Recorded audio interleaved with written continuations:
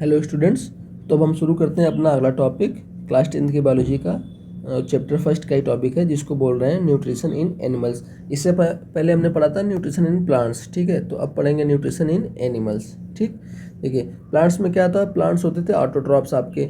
Autotrophs मतलब वो जो अपना भोजन खुद बनाते थे, ठीक है। तो अपना भोजन इन्होंने खुद बना लिया तो इनको प्रोड्यूसर्स भी बोल देते हैं हम लोग। लेकिन एनिमल्स के साथ ऐसा नहीं है, एनिमल्स अपना भोजन खुद नहीं बना पाते हैं, तो इसलिए इनको बोलते हैं हेटेरोट्रॉप्स, मतलब जो अपना भोजन अपना खाना किसी और से लेते हैं, ठीक है। तो किससे किससे ले सकते हैं एनिमल्स, सिंपल सी बात है, हम लोग प्लांट से ले सकते हैं अपना भोजन या फिर किसी और एनिमल से ले सकते हैं। तो ये हो गए हेटेरोट्रॉप्स, ठीक है। तो एनिमल जो अपना खाना खाते हैं वो उसके बेसिस पे उनको कई भागों में बांटा जा सकता है। देखिए मान लीजिए कि on the basis of their eating habits animal can be divided into, पहला आपका है हर्बीवोर्स।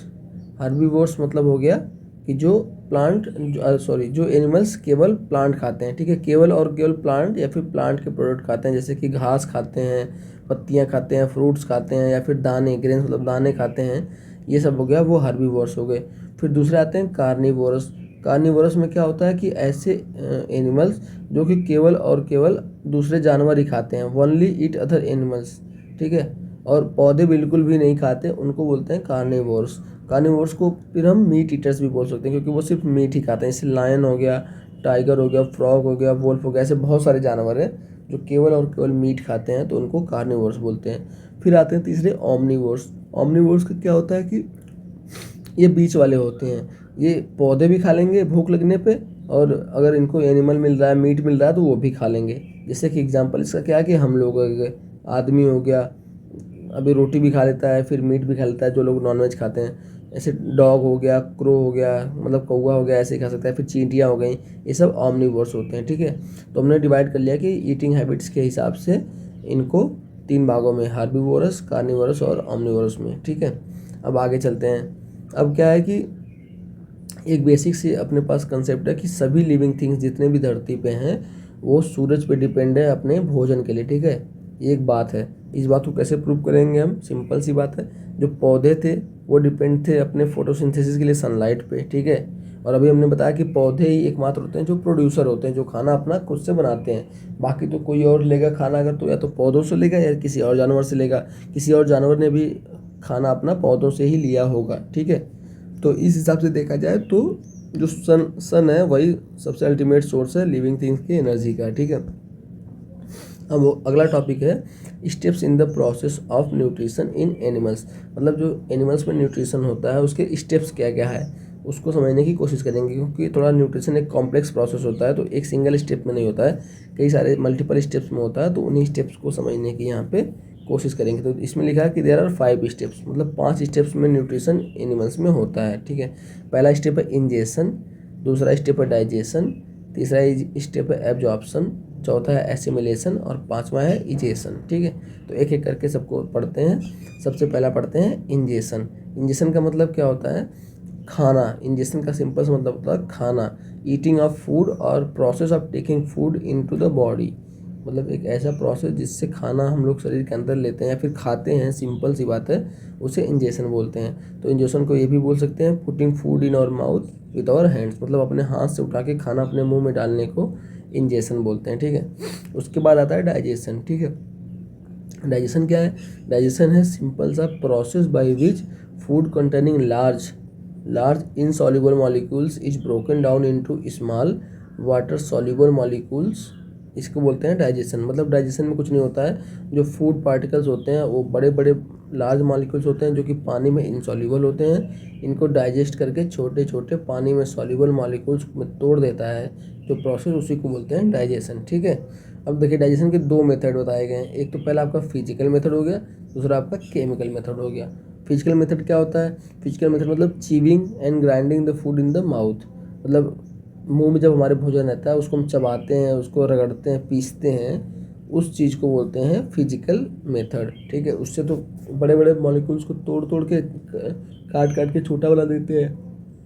और दूसरा हो गया आपका केमिकल मेथड। केमिकल मेथड में क्या होता है कि जब ये टुकड़े छोटे छोटे हो गए हैं, इन पर डाइजेस्टिव जूस या फिर एंजाइम काम करते हैं, इनको और छोटे छोटे पार्टिकल्स में डिवाइड करते हैं, उनको बोलते हैं केमिकल मेथड, ठीक है। ये हो गया हमारा डाइजेशन। अब देखते हैं एब्जॉर्प्शन क्या होता है। एब्जॉर्प्शन का मतलब होता है the process in which digested food passes through the intestinal wall into blood stream. होता क्या कि अभी तक तो हमने फूड डाइजेस्ट कर लिया, डाइजेशन वाले में बड़े बड़े पार्टिकल से छोटे छोटे पार्टिकल में तोड़ लिया, लेकिन तो अभी ये हमारे पेट के अंदर ही है। पेट के अंदर इन द सेंस मैं ये कहना चाहता हूँ कि यहाँ पे देख लीजिए डायग्राम बनाया हुआ है कि ये आपका मान लीजिए जीआई ट्रैक है, यहाँ पे माउथ हो गया आपका, फिर ये हो गया आपका ईसोफेगस या फिर इसी को बोलेंगे फूड पाइप, ये आपकी फूड पाइप हो गई। फिर ये आपका पेट हो गया, पेट को स्टमक बोलते हैं, स्टमक हो गया। फिर इसके बाद पेट से ख़त्म होने के बाद इधर आती है ये स्मॉल इंटेस्टाइन हो गई। फिर ये जो बहुत मोटा मोटा सा है इसको बोलते हैं लार्ज इंटेस्टाइन। फिर आपका लास्ट में रेक्टम आता है और फिर लास्ट में एनएस से खाना बाहर निकल जाता है। ठीक है, तो ये हो गया। तो ये कह रहा है कि एब्जॉर्प्शन वो प्रोसेस है जिसमें डाइजेस्टेड फूड जो आपका इंटेस्टाइन में, स्मॉल इंटेस्टाइन और लार्ज इंटेस्टाइन में होता है, इनटू ब्लड स्ट्रीम, इस यहाँ से ब्लड में चला जाता है। तो कैसे जाता है, मान लीजिए कि सपोज कीजिए ये आपका पूरा रास्ता था, ये आपकी इंटेस्टाइन थी, मान लीजिए ये आपकी इंटेस्टाइन थी, इसमें खाना आपका बड़ा बड़ा टूट टूट के यहाँ से छोटा छोटा पार्टिकल में डाइजेस्ट हो चुका है। ठीक है, अब इस इंटेस्टाइन के जस्ट बगल में होती हैं ब्लड वेसल्स। ठीक है, यहाँ पे ब्लड वेसल्स होती हैं मान लीजिए। तो खाना जो इस यहाँ से इसकी वाल से होके खून वाले पाइप में अगर चला जाए, इधर से ब्लड वेसल में चला जाए, तो इस प्रोसेस को बोलते हैं एब्जॉर्प्शन। ठीक है, अब ब्लड में चला गया तो क्या होगा, अब ब्लड में से खाना क्या होगा, assimilation, the process in which absorb food is taken in by body cells and used for energy growth and repair. ठीक है, अब इस खून से क्या होगा कि सीधे खून जाएगा शरीर के डिफरेंट पार्ट में। मान लीजिए ऐसे डायग्राम बना देता हूँ, अब यहाँ से खून में आ गया आपका फूड पार्टिकल्स, अब यहाँ से शरीर के डिफरेंट पार्ट में वो पहुँच जाएगा, हर जगह पैर में, हाथ में, सिर में, हर जगह पे पहुँच जाएगा। ठीक है, अब वहाँ पे क्या होगा, वहाँ पे उसका एसिमिलेशन होगा। एसिमिलेशन मतलब क्या होगा कि उसका इस्तेमाल होगा बॉडी सेल्स के द्वारा। किस किस तरीके से कर सकता है, या तो एनर्जी लेने के लिए कर सकता है या फिर ग्रोथ एंड रिपेयर के लिए कर सकता है। ठीक है, अब अगला टॉपिक है इसमें इजेशन। इजेशन का मतलब एकदम सिंपल सा होता है कि क्या होता है कि जब फूड हम लेते हैं तो उसमें से सारा का सारा फूड डाइजेस्ट नहीं कर पाते हैं, कुछ फूड होता है जो अनडाइजेस्टेड रह जाता है हमारी बॉडी में, तो उसी के रिमूवल को, जब ऐसा process in which undigested food is remove from the body, उसको रिमूवल को ही बोलते हैं इजेशन हम। ठीक है, तो ये हमारे हो गए 5 सिंपल से प्रोसेस। ठीक है, अब हम न्यूट्रिशन को और समझने के लिए पढ़ते हैं न्यूट्रिशन इन सिंपल एनिमल्स, मतलब जो एकदम सिंपल से एनिमल्स हैं उसके अंदर न्यूट्रिशन कैसे होती है उसको समझने की कोशिश करते हैं। फिर हम कॉम्प्लेक्स एनिमल्स जैसे ह्यूमंस के अंदर न्यूट्रिशन कैसे होती है इसको समझने की कोशिश करेंगे। ठीक है, तो सिंपल एनिमल से हमारा क्या मतलब है, सिंपल एनिमल मतलब यूनिसेलुलर एनिमल्स, मतलब ऐसे एनिमल्स जो केवल और केवल एक सेल के बने हुए, एक सिंगल सेल के बने हुए, मतलब एक ये सिंगल सेल है, यही पूरा एनिमल ही है। ठीक है, अब इसमें कैसे होगा न्यूट्रिशन, कैसे होगा ये देखेंगे हम। ठीक है, तो सारे जितने भी प्रोसेसेस होते हैं न्यूट्रिशन के, वो सारे के सारे इसी सिंगल सेल के द्वारा ही किए जाते हैं। ऑल प्रोसेस जो 5 होते हैं हमारे पास वो सारे इसी में किए जाएंगे। ठीक है, इसका एग्जांपल क्या है, इसका एग्जांपल है अमीबा और पैरामीशियम। ये 2 जानवर होते हैं, अमीबा होता है और पैरामीशियम आपका होता है। ये दोनों क्या है कि इसी तरीके के जानवर हैं, सिंगल सेल्स जानवर हैं। ठीक है, एक ही सेल में पूरा जानवर हो जाता है। ठीक, तो अब देखते हैं एग्जांपल के लिए न्यूट्रिशन इन अमीबा, मतलब अमीबा में समझेंगे न्यूट्रिशन कैसे होता है सिंगल सेल में, उसी हिसाब से हम फिर अपना आगे देखेंगे। तो अमीबा क्या होता है ये समझ लेते हैं। एक यूनिसेलुलर एनिमल है, मतलब ऐसा एनिमल है जो कि एक सिंगल सेल का बना हुआ। ठीक है, एक ही सेल है पूरे एनिमल में। ठीक है, खाता क्या है, खाता है टाइनी, मतलब टाइनी मतलब बहुत छोटे छोटे माइक्रोस्कोपिक, जो आंखों से नहीं दिखते हैं, माइक्रोस्कोप से दिखते हैं प्लांट्स एंड एनिमल्स को ये खाता है। ठीक है, इसका मोड ऑफ न्यूट्रिशन क्या है, होलोजोइक, हमने पढ़ा था ना मोड ऑफ न्यूट्रिशन में। ये होलोजोइक मतलब ये पूरा इनगल्फ, पूरा अपने अंदर ले लेता है, जो भी इसका फूड रहता है इसको सीधे अपने अंदर लेके तब पचाता है। ठीक है, उसे होलोजोइक बोलते हैं। ठीक है, अब एक टर्म आता है फैगोसाइटोसिस। ठीक है, फैगोसाइटोसिस, इसका मतलब क्या होता है, इसका मतलब होता है process of obtaining food by amoeba, मतलब अमीबा जिस प्रोसेस से अपना भोजन लेता है उस प्रोसेस को ही बोलते हैं फैगोसाइटोसिस। ठीक है, इसको एक और टर्म बोलते हैं सेल्फ फीडिंग, फैगोसाइटोसिस या फिर सेल्फ फीडिंग। ठीक है, अब चलिए देखते हैं कि 5 प्रोसेस जो होते थे वो अमीबा में कैसे हो रहे हैं। ठीक है, तो सबसे पहला क्या था, इंजेक्शन था। अब देखते हैं अमीबा इंजेक्शन कैसे करता है। ठीक है, क्योंकि अमीबा के पास दिक्कत क्या है, इसके पास कोई मुंह नहीं है, अमीबा के पास कोई मुंह नहीं, no mouth, no fix place for eating, ना तो कोई ऐसी एक फिक्स जगह है जहाँ से वो खाना खाए, मतलब ऐसा कुछ भी नहीं होता है इसके पास। क्योंकि एक बात है कि सिंपल सी एक सेल ही है ये, तो इसके सेल के अंदर कहाँ से माउथ वगैरह सब कुछ आ जाएगा। ठीक है, तो अब कैसे ये अपना भोजन निगलता है, इंजेस्ट मतलब खाता है या फिर निगलता है, बाई यूजिंग इट्स स्यूडोपोडिया, इसके पास एक स्यूडोपोडिया होता है, इस स्यूडोपोडिया के हेल्प से ही अपना भोजन निकलता है, ठीक है। अब स्यूडोपोडिया क्या होता है, ये होता है छोटे छोटे होते हैं टेम्पोररी फिंगर लाइक प्रोजेक्शंस, मतलब अभी मान लीजिए अमीबा ऐसा है, ठीक है, अभी थोड़ी देर में ये अपना ऐसे ऐसे करते करते करते करते करते करते करते करते ये अपना एक ऐसे प्रोजेक्शन बना लेगा ऐसे, ठीक है। टेम्पोररी होते हैं ये अपनी बॉडी मॉडिफिकेशन करके ऐसे बना लेता है, ठीक है।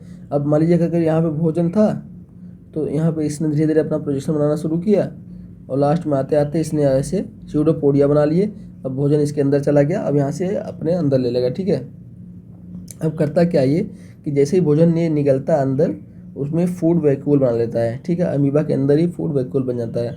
उसमें होता है क्या कि जो भोजन होता है उसके सराउंडिंग में जो थोड़ा थोड़ा पानी होता है, इन सबको मिला के ये फूड वैक्यूल में बदल देता है, ठीक है। भोजन प्लस थोड़ा थोड़ा पानी मिला के फूड वैक्यूल में बदल देता है। तो मान लीजिए वो अब इसको अपने अंदर ले लिया, फिर से अमीबा अपने जैसा हो गया, तो यहाँ पे इसका ये भोजन हो गया। एक सेकेंड,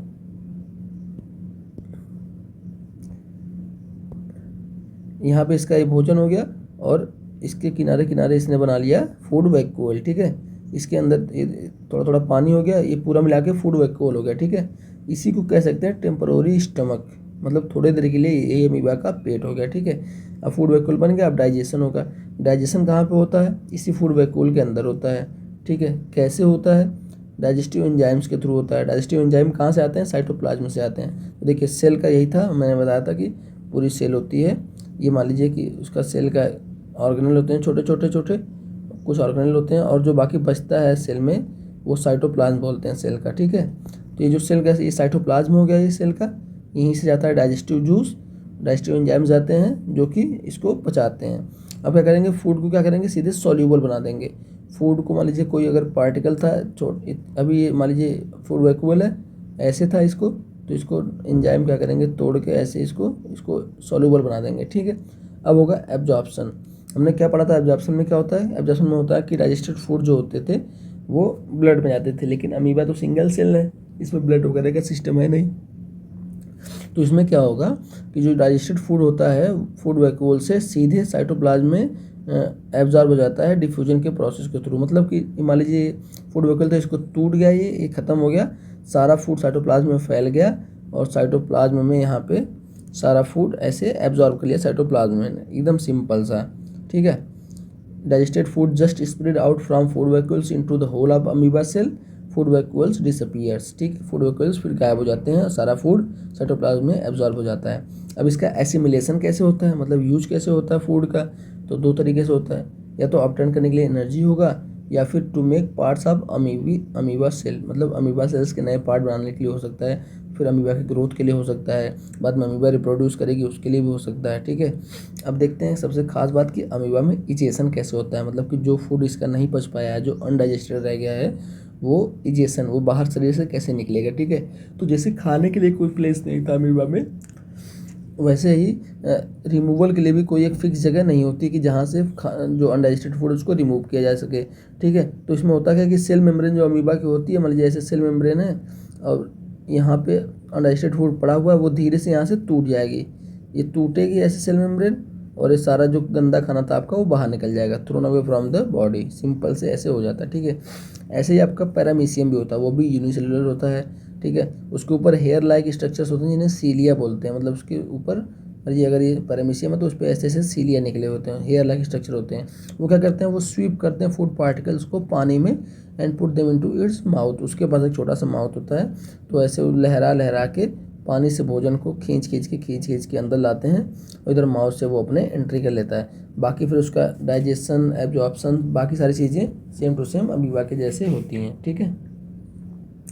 तो अब हम पढ़ेंगे अगला टॉपिक जो कि हमारा है न्यूट्रिशन इन ह्यूमन बींग्स, जो कि हम नेक्स्ट वीडियो में देखेंगे। तब तक इसको रिवाइज करिए। Thank you.